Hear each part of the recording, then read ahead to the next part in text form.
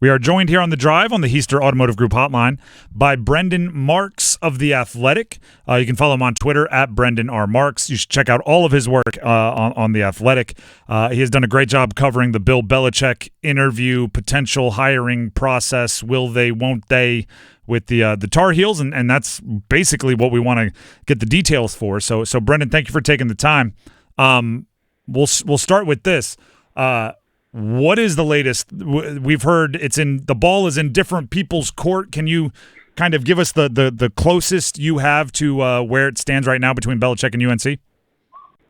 Yeah, so my understanding of the situation right now, based on conversations that myself and my colleagues have had with people in and around UNC, as well as people in the Belichick camp, is that North Carolina has made an offer to Bill Belichick to become its next head coach. And that Belichick is currently considering and weighing whether or not he wants to accept that offer. This is obviously something that has stretched out much longer than, obviously, I think North Carolina hoped that it would initially. Bubba Cunningham had said he would have loved to have had somebody in by yesterday with the transfer portal opening. But my understanding is that an offer has been made to Bill Belichick. Let me be very clear. That does not mean that a deal is imminent. It does not mean that this is close necessarily to happening. It could still come together quickly, but my understanding is that there are still a significant number of terms to be sort of negotiated. There are hurdles to be cleared before this actually happens. Brendan Marks of The Athletic joining us on the Heister Automotive Group hotline here on the drive. Do you have any idea what the unique terms are? Again, some of the reporting out there makes this seem like it is going to be a complete upheaval of what a modern college football kind of leadership structure looks like. Is there any truth in based on your reporting to that? Yeah, so the first thing I would say is I've seen a lot of things out there. Yeah. I think that there's a significant amount of misinformation out there, so I would certainly caution fans and people who are interested in this to just consider where you're getting your information from. But, it's a number of things. And listen, if this does come to fruition, and quite frankly, I'm not sure if it will or will not, it's going to be a very unique situation because it is a unique situation. It's a unique coach. It's a unique thing to happen, to have someone of Bill Belichick's stature suddenly decide to essentially punt on the NFL and having a chance at the all-time wins record to coach in college. So, obviously there are the standard things that you're talking about, and those are by no means easy conversations either. You're talking about pay. Bill Belichick was making $20 million a year in the NFL. He was the highest paid coach in the league. Mac Brown last year was making $5 million a year, and he was one of 3 active national championship winning coaches. So there's a chasm of pay that has to be met. You're talking about years. This is somebody who's already in his 70s. Again, North Carolina talked about potentially getting younger. How much of a commitment do you want to make in this sense? And the last thing here as it relates to the financials is how much money does North Carolina or any school in the ACC legitimately have? Realistically, how much money can you afford to spend on a coach and his staff and any facilities upgrades you want to make? And then, by the way, also pay the players who are going to make this grand vision come to reality. And the fact of the matter is there is not a bottomless well of dollars. And so certainly those are some of the things that are being negotiated. Power, structure of if Belichick were the head coach, what it would look like, who he reports to, who he can bring in infrastructure-wise, all of those things and more. But again, this is still very fluid. It is still, it is not imminent. Anyone who says that it is, agreed to already is incorrect based on my understanding of the situation. Now I want to go to the other side because, again, the reporting on The Athletic is very, very in-depth, and I encourage everyone to go check it out in full. But part of it is also the leadership structure on the UNC side. Is there someone that can say yes to these demands? Because obviously Bill Belichick and any NFL coach is going to demand quite a few resources, and that's not something that a low-level manager can sign off on the expense reports. But the reporting has some disagreements between the board of trustees and the athletic director, the chancellor. Is there any person that can, shake Bill Belichick's hand and say, you are the coach if it does get to that point? Yeah, so it's, again, if only it were that simple. Unfortunately, there's not this one person who, gives them the handshake and, okay, it's all done. In effect, this is going to be a decision that at the end of the day, based on North Carolina's leadership structure, the university itself, not what anybody wants it to be, what it is, This is going to have to be something that Bubba Cunningham as the athletic director and Lee Roberts as the chancellor both sign off on. And then, I don't know if people recognize this or not or are aware of this, but any sort of coaching contract, especially when you're dealing with financials, has to then subsequently be approved by the Board of Trustees, which is why some of the reported infighting that we have detailed at The Athletic, I think other outlets have sort of been on top of too, is so notable because it's not just in terms of which direction you're going in this search, it's also how this search ultimately culminates.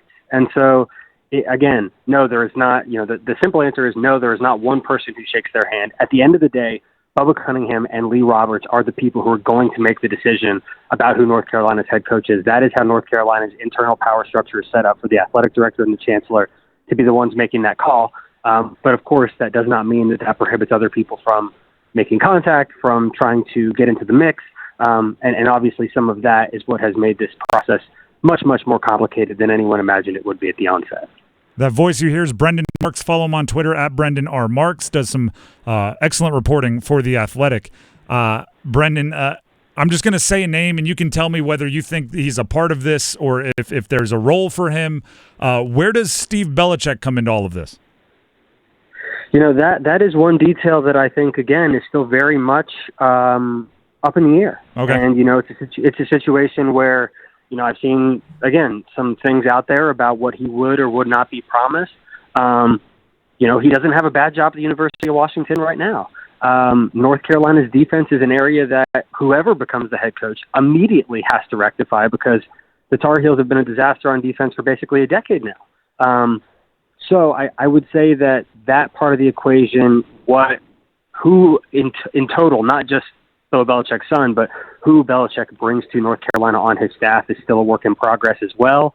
And again, that's why it matters to consider, okay, do we have the funds to bring in the people that we want? Again, when you're talking about potentially hiring a coach who's already in his 70s, obviously that is not a decision that you're making for any sort of significant long haul, as we just saw with Mac Brown. So, Bill Belichick, I think you've done a great job outlining where it kind of stands now, according to you and your colleagues' sources, and it's not imminent. They're still in discussions, but if you're UNC, then you have to do due diligence with other candidates. Do you have a list or some names that are also in the running if it's not Bill Belichick? Yeah, certainly I know one who we reported who has interviewed for the job already, interviewed last Wednesday with North Carolina's officials essentially, was Steve Wilkes, who is the former Carolina Panthers interim head coach. He was the Arizona Cardinals head coach for a year. He's been a defensive coordinator with the San Francisco 49ers. He's from Charlotte. He played at App State.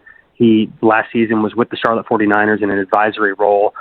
He's someone who has internal support. And when I say internal, I mean from players who have previously played at North Carolina. A couple of conversations with people has made it clear that if Steve Wilkes were the eventual choice for North Carolina, it would probably also mean bringing some of those former players back, most notably Julius Peppers, in a role to promote the brand and to try and get North Carolina's NIL situation to where the next coach thinks that it needs to be successful. So certainly Steve Wilkes is another name that we've heard. And then the last one, which is really a biggie and gets back to the timeline aspect of this, is Monken. And he is somebody who obviously has the Army-Navy game this weekend, is not going to make any sort of move or take his focus off of that game in any way. So if you're North Carolina and ultimately he becomes your primary option, well, this is a situation where now the transfer portal has been open for a week and you're still trying to figure out if this is going to be your next head coach or not. So right now I feel comfortable saying that those are the three names that myself and my colleagues have heard most often in conversations relating to this job. And again, I to be honest with you, I couldn't forecast which of those three it would be if I had to right now. Last one for you, and it's kind of off the beaten path here, but UNC basketball fans a little bummed out that maybe AJ Dybantsa didn't end up in Chapel Hill committing to BYU. Talking about rumors and reports of numbers, the number one recruit in I believe the next recruiting class. I've seen some very, very funny NIL numbers connected with him and BYU. Have you seen anything like it, and are they as outlandish as maybe some people in the rumors are saying? Yeah, I can say this. For certain, AJ Dybantsa, by going to BYU, stands to make a seven-figure payday. I can tell you that for a fact. but some of the figures that I've seen are pretty outlandish. You know, myself and my colleague did some reporting over the summer just on what power conference teams overall are spending in terms of NIL to secure their rosters. To my knowledge, there is currently only one high major conference team which has 3 players who are all earning 7 figures this season. And certainly, you know, in our reporting, the schools who we found had the largest NIL infrastructure as a team were in the $5 to $6 to $7 million range, again, for a team. Mm-hmm. So, you know, some of the rumors that I've seen, again, consider where you're getting information from. The idea that a single player is going to be making more than that. Again, if a school has powerful boosters and it has people who can back that individually, it's one thing. But especially knowing what the landscape looks like, knowing what it's going to mean for revenue sharing to come into the picture next year, and how that is going to hamstring, you know, different organizations in terms of what they're able to pay guys and how that fits in the NIL equation. It's a 7-figure payday. BYU is paying him more than anybody else was willing to. But the idea that this guy is going to be making, you know, 8 figures next year is certainly, to my understanding, not the reality. Brendan, we appreciate it as always. Thanks I'm sure it's a busy time, so thank you for taking the time, and we'll continue to follow along at The Athletic. Absolutely. Appreciate you guys. Thanks.